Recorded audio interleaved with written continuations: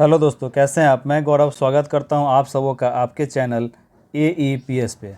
आज का अपना टॉपिक है जो कि S6 के ऊपर में आपके S6 तक का कंप्लीट हो चुका है। अपना आज का टॉपिक क्या है, S7 के ऊपर में, जिसमें आपको क्या पढ़ना था, मैथ पढ़ना है। और वो भी किसका पढ़ना है, तो प्राइमरी लेवल का आपको मैथ पढ़ना है। इसके ऊपर हम लोग आज चर्चा करेंगे। तो अपने इस टॉपिक पे आने से पहले एक बात मैं आपको बताना चाहूँगा कि देखिए, आपका नोट्स ऑलरेडी सेकेंड ईयर का बन चुका है। आप में से मैक्सिमम लोगों ने ले रखा है। अभी भी आप में से जिसको भी लेना वो क्या करेंगे, 8789666040 पे मुझे व्हाट्सएप मैसेज करेंगे। और आपका सेकेंड ईयर और आपके साथ जो भी लोग फर्स्ट ईयर से भी बिलोंग करते हैं उनका भी नोट्स बन चुका है, वो भी मुझे व्हाट्सएप करेंगे। उनको वहाँ पे नोट्स अवेलेबल हो जाएगा। क्लियर है। इसके अलावा देखिए, आपका S7 जो आपको मैथ पढ़ना है, सो आपको किसके लिए पढ़ना है, तो आपको प्राइमरी के लिए पढ़ना है। आपका जो मैथ है सो प्राइमरी लेवल के लिए है। ठीक, तो आपको जो S9 में जो लोग मैथ लिए हैं उनका तो ऑलरेडी वीडियो आएगा ही आएगा, पर जिनका S7 में मैथ है वो आज इस वीडियो को स्टार्टिंग से लेके अंत तक अगर देख लेते हैं तो उनको ना ही कोई नोट्स छूने की ज़रूरत है और ना ही कुछ अलग से देखने की ज़रूरत है। वो आराम से जाएंगे और अपने मानसिक क्षमता के अनुसार पेपर में अच्छे से लिख कर आएंगे। तो आइए शुरू करते हैं अपना आज का टॉपिक S7। क्लियर है। चलिए, पहला टॉपिक है अपना गणित शिक्षण और रचनावाद। देखिए, गणित शिक्षण और रचनावाद कहने का मतलब हो गया कि इतना, ठीक है। ये भी आपका कितना नंबर का होता है, तो 35 नंबर का होता है। गणित शिक्षण और रचनावाद। रचनावाद को हम लोग क्या बोलते हैं, निर्माणवाद बोलते हैं। गणित जो है सो हमारे दैनिक जीवन के लिए अत्यंत आवश्यक है। हमारे दैनिक जीवन में जितना सारा हम अपने आसपास में जितना भी काम देखते हैं, सारा कहाँ है, गणित न गणित से पूरा घिरा हुआ है। अगर हम बोलते हैं घर में कि मम्मी हमको एक रोटी दो, तो वो क्या हुआ, गणित का ही पार्ट है। बाजार में जा रहे हैं, बोल रहे हैं आधा किलो आलू दीजिए, आधा किलो प्याज दीजिए, क्या है वो, अपना गणित का ही पार्ट है। कहीं भी कोई भी काम, आप जा रहे हैं तेल लेना है, आधा केजी तेल दे दीजिए, किसका पार्ट हुआ, गणित का ही पार्ट हुआ। आप क्लास में जा रहे हैं, बच्चे, आप मान लीजिए छोटा बच्चा है, सो क्लास में गया, आज टिफिन में क्या लाए हैं, तो सैंडविच लाए हैं, तो मुझे भी आधा खिलाओ ना, तो वो क्या करेगा, 20 से ही टुकड़ा सैंडविच का काट के उसको दे देगा। हाँ बाबू, आधा तुम लो दोस्त, आधा हम ले रहे हैं। तो हम लोग चारों तरफ से गणित से ही घिरे हुए हैं। गणित का इतना ज़्यादा उपयोगी है, इतना ज़्यादा ये यूजफुल है कि अगर इस चीज़ को हम लोग हटा दें, ये अगर विलुप्त हो जाए तो अपना विज्ञान भी क्या है, नहीं टिक पाएगा। हमारा सब कुछ क्या है, गणित ही हमारा आधार है। जितना भी अभी आप विज्ञान का जितना आविष्कार देख रहे हैं, क्या आपका जो फिजिक्स आप देखते हैं उसको क्या है, गणित का ही पार्ट है। क्या फिजिक्स आपका बिना गणित का संभव है? कोई भी केमिकल रिएक्शन बिना गणित का संभव है? नहीं संभव है। कितना भी हम रासायनिक काम कर लें, उसमें किस चीज़ को कितना मात्रा में रखना है, कितना ml में रखना है, तो जब तक हम लोग गणित का सहारा नहीं लेंगे तब तक कोई भी काम कर पाएंगे? कभी संभव है? नहीं संभव है। तो इन सारी बातों को रचनावाद जो है सो विद्यार्थी के, यानी कि प्राथमिक स्तर के विद्यार्थियों के लिए वो रचनावाद में कहा जाता है कि देखिए, अगर कोई विद्यार्थी है तो रचनावाद क्या कहता है कि विद्यार्थी के लिए अपना पूर्व का ज्ञान, किसी भी विद्यार्थी का क्या है, अपना पूर्व का ज्ञान क्या है, विद्यार्थी का अपना पूर्व का ज्ञान क्या है, उसके बाद उसको हम लोग कुछ दिखाएंगे, कुछ सिखाएंगे, तो उसको क्या होगा, अनुभव मिलेगा। वो नए अनुभव की प्राप्ति करेगा। उस पर क्या होगा, मान लीजिए कि आप 2+2 बोल रहे हैं जोड़, तो सोचेगा अरे 2+2 जोड़ कैसे हो गया, तो उस पर वो चिंतन करेगा। क्या करेगा, वो चिंतन करेगा। क्लियर है। जब वो चिंतन कर लेगा तो उसको समझ में आएगा कि अच्छा, जब दो गो पेंसिल को साथ में मिलाएं तो हमको 4 गो पेंसिल हो गया। तो चिंता किया तो उसके पास में क्या आया, नया ज्ञान आ गया। क्या आ गया, नया ज्ञान आ गया कि हाँ चलो ये अवधारणा है। अब हम लोग एक शिक्षक के नाते क्या करेंगे, उस नए ज्ञान का क्या करेंगे, अपना आकलन करेंगे। तो यही है अपना एक रचनावाद का एक तरीका है, जो कि किस प्रकार से क्या करना है, विद्यार्थी का पूर्व ज्ञान क्या है, जब उसको नया सिखाया तो उसको क्या अनुभव मिला, फिर उस अनुभव पर वो चिंतन किया, फिर उसको नया ज्ञान की प्राप्ति हुई और टीचर क्या किया, उसका आकलन किया। उसके बाद वो क्या करेगा, मूल्यांकन करेगा। ये कंप्लीट चीज़ आपके नोट्स में ऑलरेडी अवेलेबल है। क्लियर है। तो पहला टॉपिक अपना क्लियर हो गया। इसके बाद हम लोग देखेंगे नेक्स्ट अपना जो है सो है, एक मिनट, नेक्स्ट अपना, एक मिनट, नेक्स्ट टॉपिक है गणित सीखने का एक संभावित क्रम। अब देखिए, क्रम कहने का मतलब क्या हो गया, अ से होता है अपना अनुभव, क्या होता है, अनुभव। भा से होता है अपना भाषा। ठीक, अभी जो आपको मैं बोल रहा हूँ, अगर मेरे पास में भाषा नहीं होगा, चीज़ से क्या होगा, चित्र हो गया। क्लियर है। और उसके बाद अपना प्र से हो जाएगा अपना प्रतीक, सिंबल। क्लियर है। अब एक बात बताइए, अगर हमारे पास में अनुभव आ गया, भाषा आ गया, चित्र आ गया और प्रतीक आ गया, ठीक, अब इन सब चीज़ों को हम लोग मिलाकर क्या करते हैं, गणित को सीखते हैं। जैसे कि मान के चलिए कि किसी क्लास में आप गए, पहले आपको अनुभव है, आप बच्चे को क्या है, प्राथमिक स्तर पर आपको क्या सिखाना है, तो जोड़ सिखाना है। आप सीधे जाइएगा बोर्ड पे 3 + 3 लिख दिए = 6 कर दिए, तो बच्चा क्या समझेगा, कुछ समझा, नहीं समझा। तो इसके लिए आप क्या कीजिएगा, जाइएगा क्लास में, प्रेम से पूछिएगा और बच्चे कैसे हो, सबसे अपना राय विचार ले लिए, प्रेम पूर्वक बात कर लिए। उसके बाद बोलिएगा चलो तो तुम मुझे 3 बुक दो। तो बच्चा क्या करेगा, अपने बैग में से 3 को किताब निकाल के आपको दे देगा। फिर आप बोलिएगा अच्छा राजू तुम भी अपना 3 बुक दो, तो तू भी अपना 3 बुक आपको दे देगा।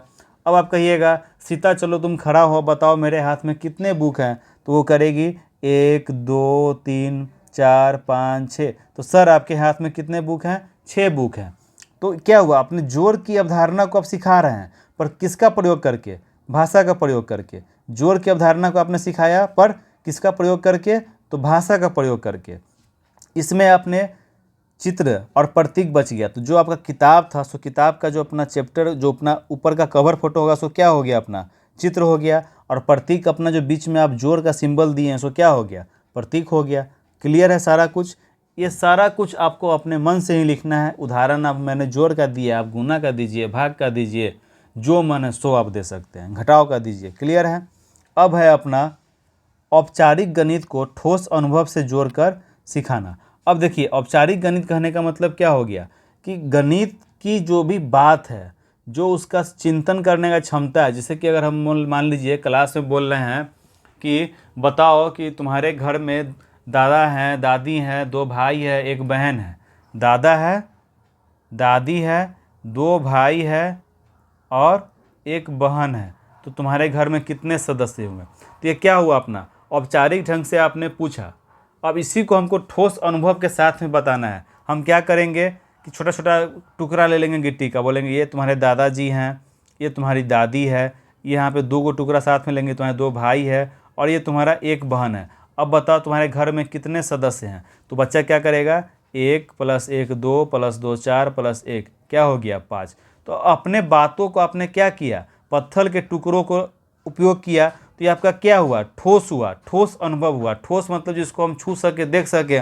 तो आपने औपचारिक गणित को, मतलब अपनी भाषा को क्या किया, पत्थर के टुकड़े के माध्यम से ठोस अनुभव को जोड़कर आपने उस गणित के भाषा को, उस सवाल को सरल कर दिया और बच्चे ने आसानी से जवाब दे दिया कि सर 5 सदस्य होंगे। क्लियर है। अब अपना इसके आगे है खेल खेल में सीखना। अब देखिए, खेल खेल में सीखने कहने का मतलब हो गया कि खेल खेल में सीखना। क्लास में हम गए, बच्चा को बोर्ड पे बुला लिए, श्याम पट के पास में बुलाकर क्या किए कि 4 लाइन बना दिए, ठीक। और इस चारों लाइन का एक यहाँ पे मॉनिटर बन गया। अब मॉनिटर को बोले कि चलो तुम बोर्ड पे श्याम पट पे कोई नंबर लिखो। अब मॉनिटर क्या करेगा कि श्याम पट पे लिख दिया नंबर 6। अब इन बच्चों का, जो इस लाइन में खड़े हैं, इन बच्चों का काम रहेगा कि यहाँ पे पत्थर का क्या है, बहुत सारा टुकड़ा पड़ा हुआ है, ठीक। अब इसमें से किसी भी बच्चे का काम होगा, जैसे ही 6 लिखा तो हर लाइन का अपना अपना सिस्टम होगा। उदाहरण अपने मन से बना सकते हैं। कोई बच्चा जाएगा यहाँ से 6 को पत्थर उठा के लाएगा। अब टीचर देखेगा तो देखिए क्या हुआ, यहाँ पे बच्चा लिखा संख्या 6, बच्चे ने देखा, क्या देखा, संख्या देखा। तो बच्चे को संख्या की ज्ञान है, तब ना उस समझा कि हमको 6 को पत्थर उठाना है। और यहाँ पे संख्या का ही ज्ञान नहीं होगा तो जाएगा 2 को पत्थर उठा लेगा। तो यहाँ क्या हो रहा है, आप खेल के माध्यम से आप संख्या को भी पहचान करवा रहे हैं। 6 को गिन के उठाएगा, 1 2 3 4 5 6। तो आप यहाँ पे गिनती भी सिखा रहे हैं, तो आप यहाँ पे जोड़ भी सिखा रहे हैं, संख्या का पहचान भी सिखा रहे हैं, सब कुछ सिखा रहे हैं। किसके माध्यम से, तो खेल के माध्यम से। इंटरटेनमेंट भी हो गया, पढ़ाई भी हो गया। क्लियर है। चलिए, इसके बाद है अपना पार्ट कि दोहराव करके सीखना। दोहराव को आप यहाँ पे रटने से मत जोड़िएगा। दोहराव को आपको यहाँ पे रटने से नहीं जोड़ना है। दोहराव मतलब क्या होता है? दोबारा। तो इसको आप रटन प्रणाली से नहीं जोड़ना है। दोहराव कहने का मतलब हो गया कि अगर मान लीजिए कोई बच्चा पहाड़ा सीख रहा है, और पहाड़ा आप सब लोग, हम सब लोग कैसे याद किए हैं? दुक्का दू, दूधनी चार, दू तिहाई छः, दू चौक आठ, इस तरह से रट रट के हम लोग बचपन में याद किए हैं। अगर उस समय हम लोगों को पता होता कि नहीं, इस प्रकार से भी काम हो सकता है। जैसे कि फॉर एग्जाम्पल हम लोग क्या करेंगे कि मान लीजिए कोई चॉकलेट ले लिए, पहले चॉकलेट का 2-2 का ग्रुप बना दिए, फिर उसी चॉकलेट का 3-3 का ग्रुप बना दिए, फिर उसी चॉकलेट का 4-4 का ग्रुप बना दिए, ठीक, फिर 5 का बना दिए। अब इस तरह से हम लोग क्या किए, चॉकलेट को एक ग्रुप में बांट दिए। अब बच्चा से पूछ रहे हैं, बच्चा बताओ तुम कि इस 2 ग्रुप को इसमें जोड़ेंगे तो क्या होगा? तो क्या करेगा, जोड़ेगा, 3 2 5 कर देगा, और इसको कहेंगे गुना करना है, तो 2 टॉफ़ी ई है, 3 टॉफ़ी ई है, 3 दूनी क्या हो जाएगा अपना 6 हो जाएगा। मतलब कि संख्या को डायरेक्ट पूछना, मुँह ज़बानी है, कहीं से भी पूछ दिए। 2 का टेबल याद करना, सीधे पूछेंगे 2 5 जा कितना होगा, तो 10 होगा। तो कैसे होगा? तो 2 का पेयर है, उसको 5 बार रख देंगे, 1 2 3 4 5। तो 2 के पेयर को अगर हम लोग 5 बार रखेंगे तो कितना हो जाएगा? 2 4 6 8 10। तो इस प्रकार से आपको उदाहरण अपने मन से निकालना है, ताकि देखिए शिक्षक तो आप हैं, तो उदाहरण भी किसको निकालना पड़ेगा? आपको ही निकालना पड़ेगा। क्लियर है? अब इसके बाद अपना बात आता है कि गलतियों से सीखते हैं। गलतियों से कौन सीखते हैं? सॉरी, लिखा हुआ है कि बच्चे एक दूसरे से सीखते हैं। तो एक दूसरे से सीखने का मतलब हो गया कि अगर हम कोई गिनती कर रहे हैं तो उसमें कोई साथ में बच्चा बैठा हुआ है, मान लीजिए कि मुझे 2 + 2 नहीं आ रहा है, 4 होता है सो नहीं पता है, और मेरा जो पार्टनर है सो 4 लिख कर बना दिया। तो हम बाद में पूछेंगे, अरे दोस्त तू कैसे करता है? तो क्या बोलेगा, अरे भाई जिससे सर भी 2 लिखते हैं ना, तो हम अपना 2 उंगली उठा लेते हैं इस हाथ में का, और फिर 2 ये हाथ में का उठा लेते हैं, 1 2 3 4 लिख देते हैं।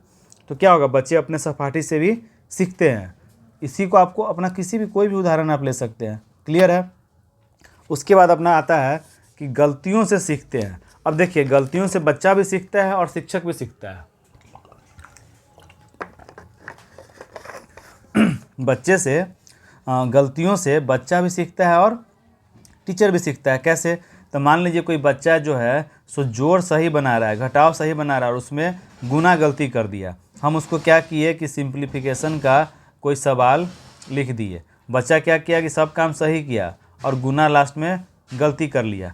तो जब वो गलती करेगा और उसको हम लोग क्रॉस चेक करेंगे तब ना समझेंगे कि हाँ, इसको गणित में गुना करने नहीं आ रहा है, तो उसको हम लोग गुना सिखाएंगे। और अगर कोई बच्चा गलती कर रहा है तो वहाँ से हम निकाल लिए। अब कोई टीचर कॉपी चेक करने में इस गलती को नहीं पकड़ पाया, तो अपने इस गलती से जो उसके सहपाठी होंगे उसको बताएंगे कि देखिए सर आपने ऐसे ऐसे गलती किया। तो गलती से बच्चा ही नहीं, बच्चा, शिक्षक, सब लोग क्या करते हैं, सीखते हैं। क्लियर है? अब है अपना गतिविधियों से सीखना। तो देखिए, गतिविधियों कहें या खेल खेल में सीखना कहें, बात बराबर है। गतिविधि मतलब कुछ भी आप एक्टिविटीज़ करवाइए और उसको आप गणित सिखाइए। खुला प्रश्न एवं समस्या। खुला प्रश्न कहने का मतलब हो गया कि ऐसा प्रश्न जो हम लोग मौखिक पूछते हैं, इसी को क्या बोलते हैं, इबाराती प्रश्न भी बोलते हैं। तो खुला प्रश्न में आप कुछ भी पूछ सकते हैं। बाबू तुम्हारे हाथ में कितने पेंसिल हैं, तुम्हारे बैग में कितने किताब हैं, इस प्रकार के प्रश्न पूछ के हम लोग समस्या को हल कराएंगे। गणित सीखने सिखाने के विविध संसाधन, बहुत प्रकार संसाधन होते हैं, आप उसमें किसी का ही नाम ले सकते हैं। टीचिंग लर्निंग मेथड में आपको मान लीजिए कि आप किसी चार्ट का प्रयोग कर रहे हैं, अबेकस का प्रयोग कर रहे हैं, उसके बाद आपका क्या होता है, ग्राफ पेपर हो गया, सब क्या हुआ, संसाधन है गणित सिखाने में। तो आप लोग को ऑलरेडी पता ही है। क्लियर है?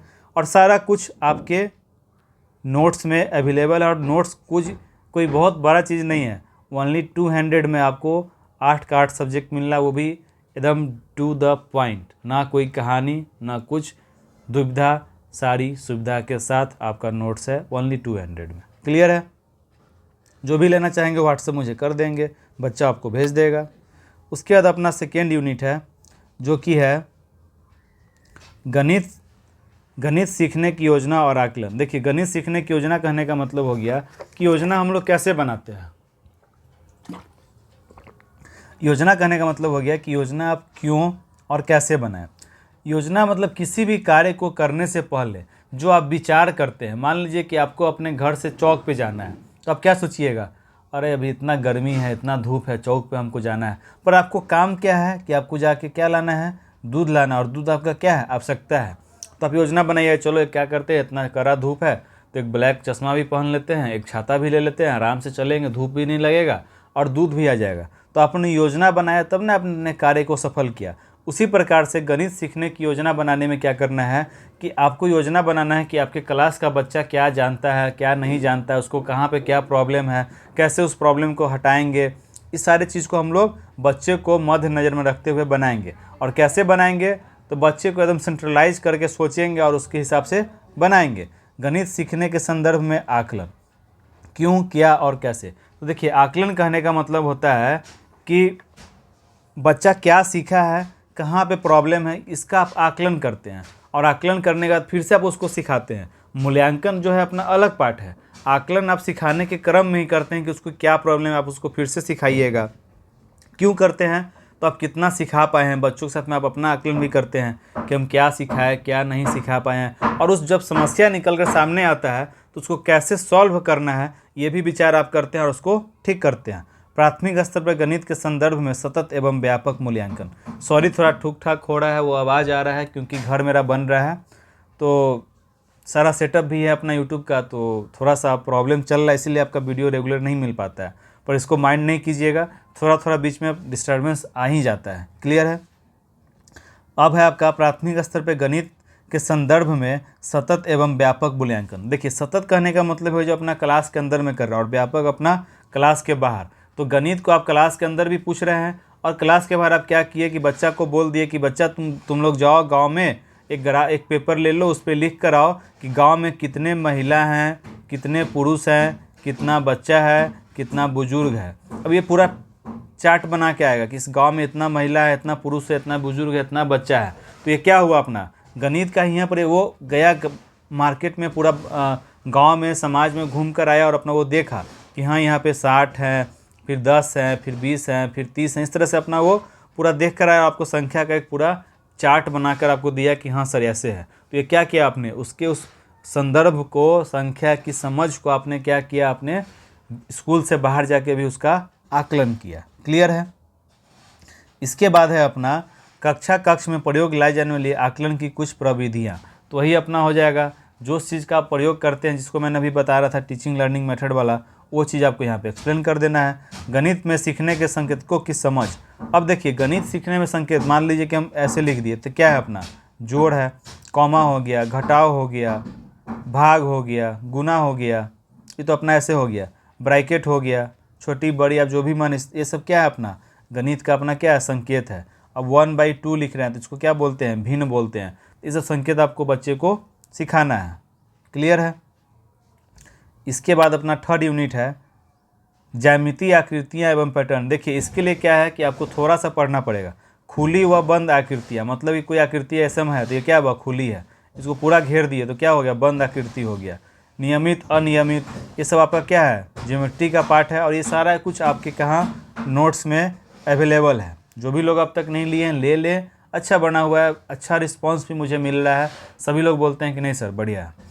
उसके बाद ज्यामितिक अवयव, बिंदु क्या होता है, रेखा क्या होता है, किरण क्या होता है, ये सब आपको ऑलरेडी पता ही है। आप अपने बचपन की क्लास में 1 to 10 तक में बहुत सारा पढ़ते हुए आए हुए हैं, फिर भी मैंने डाल दिया है। रेखाखंड एवं कोण का प्रत्यय, प्रत्यय मतलब प्रकार समझिए, समकोण, समद्विबाहु, समद्विबाहु, इस प्रकार से। द्विमीय आकृति एवं त्रिविमीय, यानी कि 2D एंड 3D। 2D में क्या होता है, लंबाई होता है, चौड़ाई होता है, पर मोटाई नहीं होता है। 3D में लंबाई भी होगा, चौड़ाई भी होगा, और अपना क्या होगा, एक ऊंचाई जुड़ जाएगा, घन घनाभ जिसको हम लोग बोलते हैं। क्लियर है। सममित आकृतियाँ, यानी कि ऐसी आकृतियाँ जैसे कि मान के चलिए कि ये अपना एक वृत्त है, इसको हम ऐसे भी काटेंगे तो क्या होगा, दोनों साइड इक्वल होगा। मेरा से तो थोड़ा टेढ़ा मेढ़ा हो गया है, राइटिंग बढ़िया नहीं है। अब इसको अगर हम लोग सेंटर से भी काटेंगे तो क्या होगा, दोनों ऊपर नीचे में फिगर सेम होगा। तो साइमेट्री मतलब कि ऐसा कोई भी आकृति जिसको कहीं से भी हम विभाजित करें तो सेम आकृति ही दोनों तरफ हो, उसी को क्या बोलेंगे, सममित आकृतियाँ बोलेंगे। पैटर्न की अवधारणा, पैटर्न कहने का मतलब हो गया जैसे कि मान लीजिए कि पैटर्न आपका एक रीजनिंग का टर्म है, जैसे कि 1 × 1 = 1, 11 × 11, यहाँ पे हम लिख दिए 2 है तो यहाँ पे 3 कर दिए। इस तरह से अपना कोई पैटर्न बना हुआ है तो यहाँ पे हम लोग 4 कर दिए। तो ये मल्टीप्लाई नहीं है, ये एक पैटर्न को फॉलो कर रहा है, उसी पैटर्न पे आपको चलना है। जैसे कि और सिंपल लेते हैं, 2 है, 4 है, 6 है, 8 है, 10 है, तो इसको आप पहाड़ा नहीं, पैटर्न क्या, 2 में 2 जोड़े 4, 4 में 2 जोड़े 6, फिर 2, तो अपना क्या होगा, 12 होगा। एक पैटर्न बना ना। जैसे कि मान लीजिए आप यहाँ पे 4 है, 9 है, 16 है, 25 है, तो यहाँ पे अब क्या होगा? तो ये पैटर्न किसका है? ये 2 का स्क्वायर है, 3 का स्क्वायर है, 4 का स्क्वायर है, 5 का स्क्वायर है, 6 का स्क्वायर क्या होगा अपना? 36 होगा। तो ये अपना क्या हो गया? एक पैटर्न हो गया। क्लियर है? इसी को आपको अपने भाषा में लिखना है। अब है अपना कि भिन्न एवं दशमलव संख्या, ये आपका लास्ट यूनिट है। तो देखिए भिन्न कहने का मतलब हो गया, इसी का आपको दैनिक जीवन में, जब आपको मैं नहीं बोल रहा था कि स्कूल में बच्चा गया टिफिन लेकर कि भाई क्या लाए हो, तो सैंडविच लाए हैं तो मुझे भी आधा दो, तो वहाँ पे क्या हो रहा है? आधा मतलब कि हाफ। तो भिन्न की अवधारणा के कारण ही हम लोग अपने दैनिक जीवन में आधा रोटी दे रहे हैं, आधा सैंडविच दे रहे हैं, कुछ भी कर रहे हैं। अढ़ाई बोल लीजिए, घर में रोटी खाना है, बोलेंगे मम्मी मेरा पेट भरा हुआ है, हम बस आधा रोटी ही खाएंगे, तो मम्मी क्या करेगी? एक गोला रोटी में से आपको आधा तोड़ के दे देगी। तो क्या है? अपना भिन्न ही है। भिन्न के विभिन्न अर्थ हैं, आपको मिश्रित भिन्न हो गया, जितने भी भिन्न होते हैं सब भिन्न आपको यहाँ पे डिस्क्राइब कर देना है। भिन्नात्मक संख्याओं पर गणितीय संक्रियाएं, मतलब कि जो भिन्न संक्रियाएं करने का मतलब क्या हो गया? आपको भिन्न का जोड़ दिखा देना है, भिन्न का घटाव दिखा देना, भिन्न का गुना और भिन्न का भाग, यही आपका संक्रियाएं हो गया। क्लियर है? दशमलव संख्या एवं दशमलव भिन्न, दशमलव संख्या एवं दशमलव भिन्न कहने का मतलब हो गया कि कोई संख्या हम लोग लिख दिए 46.24। अब इसमें हमको मान लीजिए कि यूनिट निकालना है कि इसका सबका स्थानीय मान क्या होगा। तो 6 का तो 6 हो गया, 4 का अपना 40 हो गया। क्लियर है? अब यहाँ पे 2 है तो ये अपना क्या होगा? 2/10। 4 अपना क्या होगा? 4/100। मतलब कि इधर जाएंगे तो इकाई दहाई और इधर सैकड़ा हजार, किसमें? तो भिन्न में। क्लियर है? आप में से जिनका भी ये स्टैंड में मैथ होगा उनको ऑलरेडी ये चीज़ पता होगा। अब इसके बाद अपना एक पार्ट बच रहा है जो कि है इबारती प्रश्न व प्रकार। तो देखिए इबारती प्रश्न कहने का मतलब हो गया कि अगर आप क्लास में बोल रहे हैं कि चलो बताओ तुम अपने घर से स्कूल आए हो 5 किलोमीटर, अब स्कूल से तुम बाज़ार गया 3 किलोमीटर, ठीक। अब फिर वहाँ से तुम अपने घर लौटोगे तो तुमको बाज़ार से अपने घर जाने में कितना किलोमीटर लगेगा? तो ये मैंने मौखिक प्रश्न आपसे पूछा। तो उसका घर मान लीजिए यहाँ है, यहाँ पे स्कूल है और यहाँ पे बाज़ार है।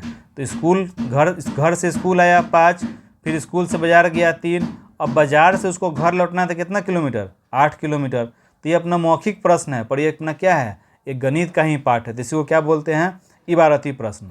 क्लियर है? अब इसके बाद है अपना लास्ट पॉइंट, दैनिक जीवन में भिन्न एवं दशमलव भिन्न। वही जो मैं आपको रोटी का एग्जाम्पल दे रहा था वही चीज़ आपको यहाँ पर भी आ गया। उसी को आपको दैनिक जीवन में बताना है कि हम आधा किलो प्याज खरीद रहे हैं तो क्या कर रहे हैं, आधा रोटी खा रहे हैं तो क्या कर रहे हैं, उसी चीज़ को आपको यहाँ पे क्लियर करके लिख देना है। तो ये था आपका S7 का संपूर्ण यूनिट, इसके बाहर कुछ नहीं आएगा। अब इसका मैं प्रीवियस ईयर क्वेश्चन जो मैंने हम लोग दिए थे वो एग्ज़ाम का क्वेश्चन आपको दिखा देंगे, उसको डिस्क्राइब कर देंगे, आपका मैथ का कहानी खत्म हो जाएगा।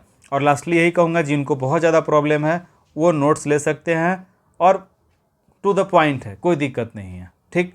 क्लियर? नोट्स लेना हो तो आप मुझे 8789666040 पर मैसेज करें या नीचे डिस्क्रिप्शन में मेरे नोट्स का लिंक डाल रखा है, वहाँ पे आप S9 का जो भी आपका विषय है, हिंदी, विज्ञान, संस्कृत, मैथ जो भी है आपका, उस पर क्लिक कीजिए और वहाँ से आप डाउनलोड कर सकते हैं। और अपने साथ अपने जूनियर्स को भी इस चैनल के साथ में जोड़े ताकि हम लोग आने वाले टाइम में डीलेट के साथ सीटेट पे भी काफ़ी बढ़िया काम करके निकले और हमारा और आपका क्या हो, सर्वांगीण विकास हो। चलिए, वीडियो सही लगा हो तो लाइक करें, शेयर करें और चैनल के साथ ऐसे ही बने रहें। धन्यवाद।